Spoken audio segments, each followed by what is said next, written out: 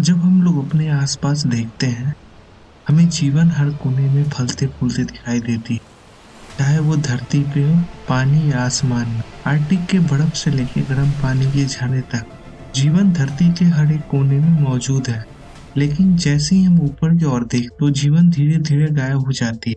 अंतरिक्ष में दूर-दूर तक जीवन का कोई प्रमाण नहीं मिलता। देखने से ऐसा लगता है जैसे क्रिएटर ने अपना काम अधूरा छोड़ दिया। इस सोलर सिस्टम में अर्थ के अलावा जीवन कहीं भी नजर नहीं आता। जीवन जो पूरे सोलर सिस्टम में बस धरती पे है, उसे आने वाले हजारों साल के लिए संरक्षित करना है, तो हमें अंतरिक्ष में दूर प्लैनेट्स और मून्स पे जाना हो। धरती से अंतरिक्ष में जाना बहुत ही मुश्किल है, लेकिन प्रकृति ने इसका भी समाधान दिया है। मून धरती के करीब होने के कारण यह एक आइडियल प्लेस है जहां हम पहला परमानेंट सेटलमेंट बना सकते हैं। चांद पर ग्रेविटी कम होने के कारण यहाँ से हजारों लाखों किलो वजनी डीप स्पेस इंफ्रास्ट्रक्चर को बनाकर अंतरिक्ष में डाल सकते। चांद का फॉर्मेशन धरती से प्रोटो प्लैनेट के टकराने से, इस वजह से चांद और धरती की सतह एक जैसी। जो मिनरल्स धरती पे है वह चांद पे भी मौजूद है। धरती के करीब होने के कारण यहाँ हम कुछ ही दिनों में पहुंच सकते हैं। लेकिन यह सवाल उठता है कि हम लोग चांद पे पहला सेटलमेंट कैसे बनाएंगे और इस सेटलमेंट को बनाने के लिए किस किस मुसीबतों का सामना करना होगा। 1963 में जब आखिरी इंसान ने चांद से अपना कदम खींच लिया, तब से धरती पे बहुत सारे देश इस सपने को पूरा करने के लिए रात दिन लगातार मेहनत, लेकिन अपने अपने पर्सनल इंटरेस्ट के लिए। किसी को मिनरल चाहिए तो किसी को जमीन। इस सब के बीच में यूएस आर्टेमिस मिशन के साथ 21वीं सदी का पहला देश बनने वाला है मानव को चांद पर वापस भेजे। इस मिशन के अंदर नासा लूनर गेटवे और परमानेंट सेटलमेंट बनाई। परमानेंट सेटलमेंट बनाने के लिए नासा और प्राइवेट पार्टनर्स बहुत सारे रॉकेट को लॉन्च करने वाली है। यह रॉकेट बहुत सारे इक्विपमेंट चांद पर ले जाएगी, जिसमें 3D प्रिंटर का मून बेस बनाने में बहुत बड़ा योगदान होगा। साइंटिस्ट ने मून पर परमानेंट बेस बनाने के लिए दो मेथड प्रेजेंट किए हैं। एक स्ट्रक्चर जो सरफेस के ऊपर होगा और दूसरा अंडरग्राउंड। सरफेस के ऊपर बनने वाला स्ट्रक्चर को 4 से 5 फीट मोटी मिट्टी की परत से ढका जाएगा कि रेडिएशन अंदर ना आ सके। चांद पर एटमॉस्फेयर नहीं होने के कारण यह फैसला लिया गया है। चांद पर एटमॉस्फेयर नहीं होने के कारण सूरज से आने वाली रेडिएशन डायरेक्ट चांद की सतह को हिट करती है। अंडरग्राउंड स्ट्रक्चर को एंशिएंट वोल्केनिक केव्स में बनाया जाएगा, जिससे वह रेडिएशन से प्रोटेक्टेड रहेगी। शुरुआत में जो स्मॉल स्ट्रक्चर बनाए जाएंगे वह धीरे धीरे बहुत बड़ा सेटलमेंट का रूप ले लेगी। जीवन को जिंदा रहने के लिए दो चीज की जरूरत है, बायोस्फीयर और ग्रेविटी। धरती पर जीवन का कारण बायोस्फीयर है। बायोस्फीयर लिथोस्फीयर, हाइड्रोस्फीयर और एटमॉस्फेयर के संगम को कहते हैं। हमें मून पर आर्टिफिशियल बायोस्फीयर बनाना होगा, जैसा हमने धरती पे आर्टिफिशियल बायोस्फीयर बनाया है।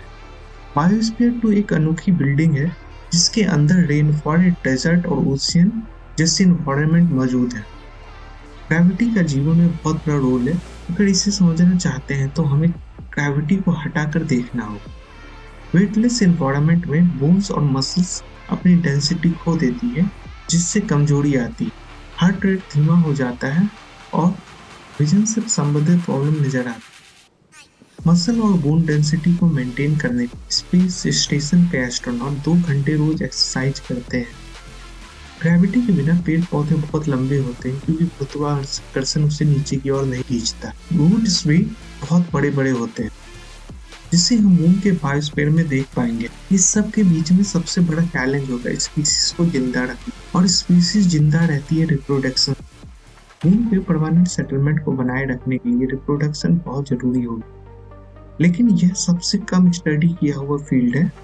इसका प्रभाव बच्चों पे कैसा पड़ेगा, इसे देखने के लिए बहुत सारे जीवों पे एक्सपेरिमेंट किए गए हैं। मछलियों पे जो एक्सपेरिमेंट किए गए उसमें से कुछ मछलियां अपना नेचुरल बिहेवियर्स को छोड़ दी। जो मछलियां ऊपर के सैलो वाटर में तैरा करती थी, धरती पे वापस आने के बाद वो डीप वाटर्स में तैरने लगी।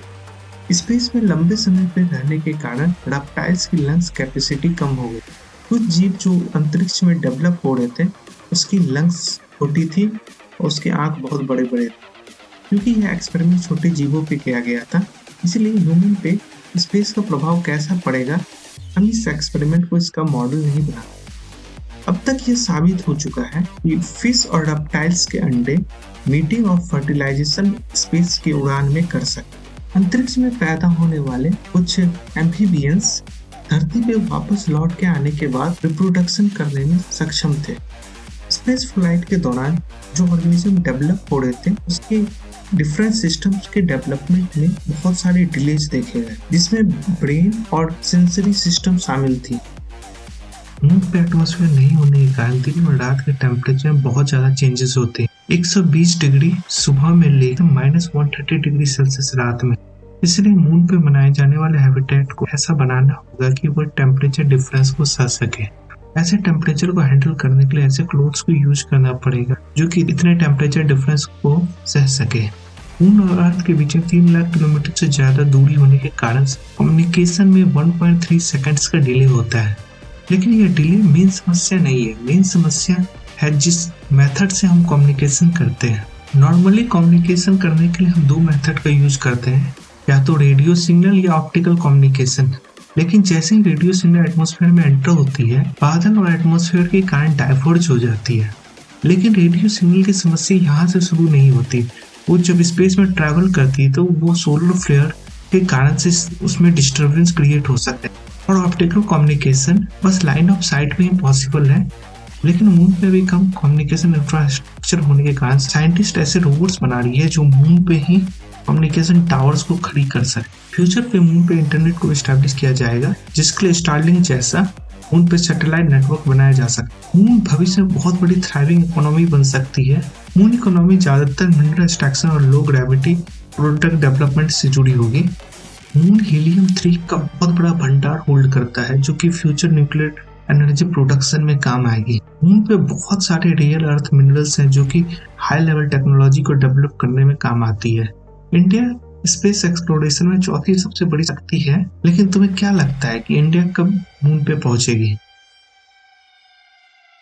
इस वीडियो को मैं यहीं पे अंत करना चाहूंगा। मेरा यह वीडियो पसंद आया है तो मेरे चैनल को सब्सक्राइब करें और वीडियो को लाइक करें कि आप हमारे फ्यूचर वीडियो को मिस ना कर पाए। धन्यवाद।